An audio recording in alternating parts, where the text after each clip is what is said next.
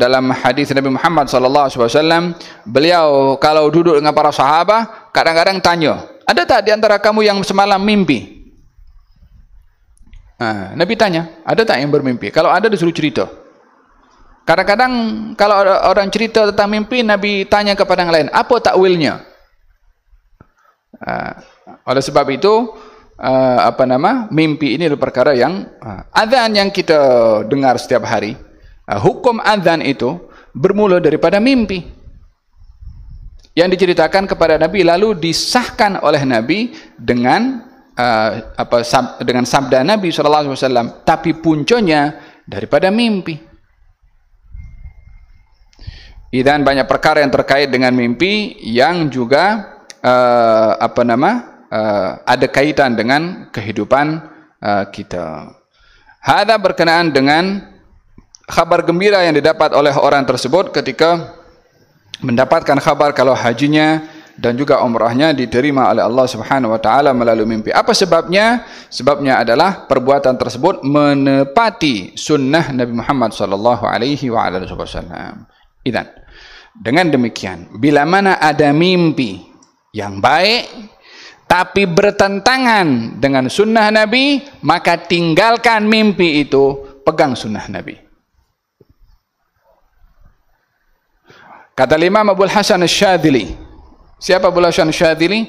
Ahli tariqah yang cukup masyhur, yang banyak tariqat Syadziliyah.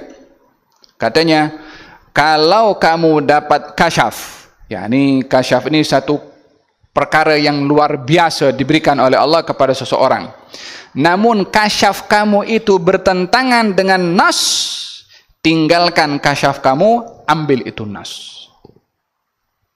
Apa sebabnya? Disebabkan nas dijamin oleh Allah daripada salah. Tapi kasyafnya kamu, siapa yang jamin kalau kasyaf itu tidak salah? Tak ada boleh jamin. Tapi kalau Quran dan hadis dijamin, tak mungkin salah. Ianya menunjukkan bahwasanya orang yang bertarikat tasawuf ini, pegangannya adalah Quran dan juga hadis.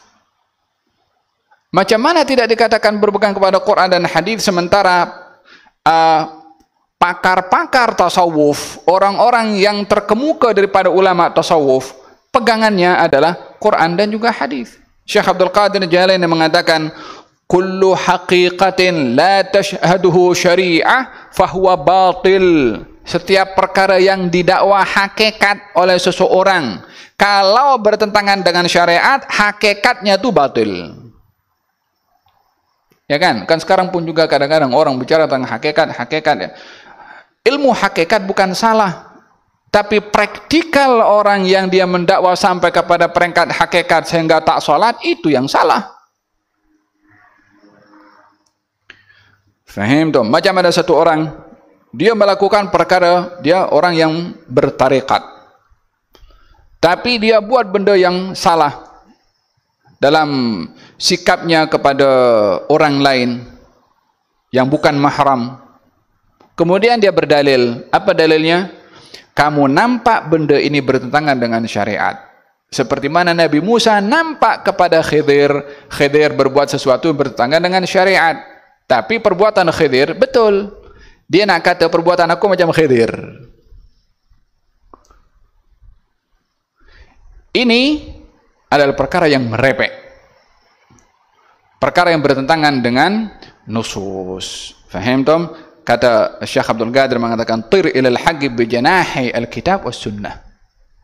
Syekh Abdul Qadir Jailani ini yang punya pengikut yang cukup ramai di dunia. Katanya, terbanglah kamu menuju kepada Allah. Maksudnya berjalanlah kamu menuju kepada Allah dengan dua sayap, Quran dan juga sunnah. Tanpa dua sayap ini nak kata sampai kepada Allah Subhanahu wa taala adalah batil. Kullu haqiqatin la tashhaduhu syari'ah fahuwa batil. Setiap perkara yang didakwa hakikat, kalau bertentangan dengan syariat, dakwahan itu adalah batil. Mana-mana kasyaf hal-hal yang dilihat luar biasa, kalau bertentangan dengan syariat, maka tinggalkan perkara yang luar biasa itu, berpegang kepada syariat. Abu Yazid Al-Bustami mengatakan, kalau kamu nampak orang jalan di atas lautan tak tenggelam, atau boleh terbang di atas tak jatuh ke bawah, jangan dulu tertipu sebelum kamu timbang amalnya itu dengan Quran dan juga dengan sunnah. Jangan mudah tertipu dengan hal-hal yang luar biasa. Kadang-kadang hal-hal yang luar biasa pun munculnya daripada syaitan. Macam dulu ada satu kisah kan, Syekh Abdul Qadir Jailani malam-malam dia lalu, kemudian nampak nur, cahaya. Kalau kita malam-malam nampak cahaya, wih, malaikat datang. Wih, dah wali aku ni. La ilaha illallah. Nampak ini Syekh Abdul Qadir Jailani, nampak nur, cahaya, dan ada suara. Katanya, Abdi Abdul Qadir, kal hambaku Abdul Qadir, aku gugurkan kepada engkau segala kefarduan yang aku fardukan kepada engkau. Kata suara itu, diambil dia punya selipar, dilempar. Ikhsa ya la'in, pergilah engkau wahai orang dilaknat. Terus hilang itu cahaya. Siapa dia? Iblis. Katanya, macam mana engkau tahu kalau dirinya itu adalah iblis, yang cahaya tadi. Iblis tunjuk cahaya. Keluar biasaan terkadang diberikan oleh Allah Subhanahu wa taala. Dajjal punya keluar biasaan. Dajjal punya surga, punya neraka. Boleh hidupkan orang mati. Boleh tumbuhkan tumbuh-tumbuhan. Yang gersang jadi subur. Yang tak ada air boleh dikeluarkan air. Yang ada air boleh untuk dihilangkan airnya. Kurang apa keluar biasaan yang ada pada Dajjal? Yang tertipu dengan keluar biasaan secara zahir, ia akan ikut dengan hal-hal yang batil. Timbang dulu perbuatannya, diukur dulu. Kata Syekh Abdul Qadir Jailani ketika ditanya, macam mana engkau tahu kalau itu tertipu muslihat? Kata beliau, ini kewajiban tak gugur daripada Rasulullah, macam mana boleh gugur daripada aku? Nabi sampai akhir hayatnya masih sholat. Macam mana boleh digugurkan kewajiban itu daripada aku? Kata Syekh Abdul Qadir, kata iblis mengatakan, aku dah kacau, aku maknanya berjaya menyesatkan orang-orang yang ahli ibadah lah dengan cara seperti ini, yang tertipu. Yani ahli ibadah berjaya ditipu oleh apa? Oleh siapa? Oleh iblis. Dengan apa? Dengan dinampakkan perkara luar biasa. Faham dong? Jadi jangan mudah tertipu dengan hal-hal yang luar biasa.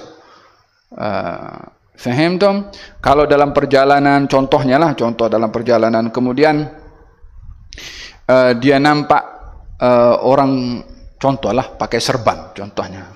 Wih. Atau jumpa dengan seorang mukanya sedikit bercahaya. Jangan-jangan Khidir ini. Tunggu dulu. Timbang setiap amal perbuatan seseorang itu dengan Al-Quran dan juga dengan hadis Nabi Muhammad SAW.